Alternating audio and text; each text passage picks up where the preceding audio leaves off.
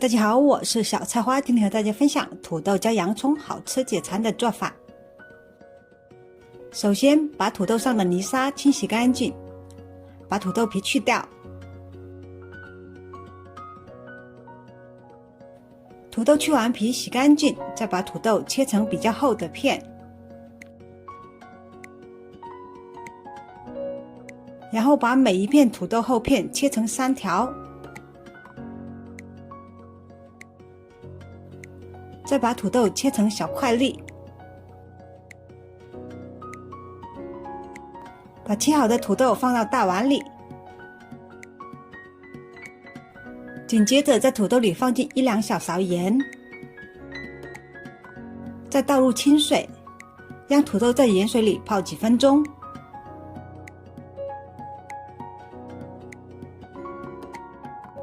洋葱去掉头尾，再把洋葱切成小方块，把切好的洋葱放盘子里待用。青椒2个，给青椒去籽。青椒去完籽后，把青椒切成长条，再把青椒切成小方块，把切好的青椒和洋葱放一起待用。再准备4瓣蒜，2个小米辣椒，把蒜压扁再切碎，小米椒切成圈，装起待用。胡萝卜半个，把胡萝卜切成3片厚片，接着把胡萝卜片切成3条，再把胡萝卜切成胡萝卜粒，切好后装起待用。做完以上的事，把泡盐水里的土豆捞出放篮子里沥水。泡过盐水的土豆不会氧化发黑，做出来也更好吃。热锅下油，油多放些，把土豆放入锅中，土豆在锅中摊开，把土豆煎炸一下，土豆煎至微黄变硬，把土豆先装起，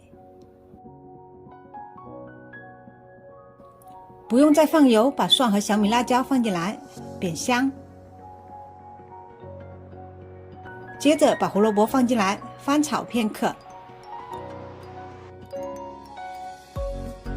再把洋葱和青椒放进来不停翻炒，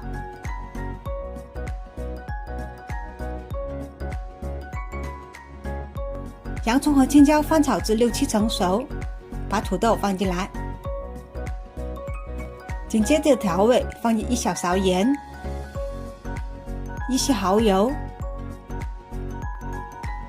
一些胡椒粉，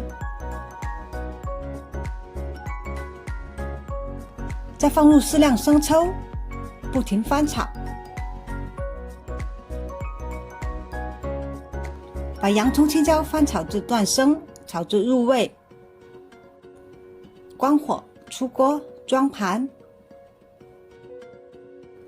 今天好吃解馋比吃肉还香的土豆洋葱就做好了。喜欢我的视频欢迎分享、点赞、关注。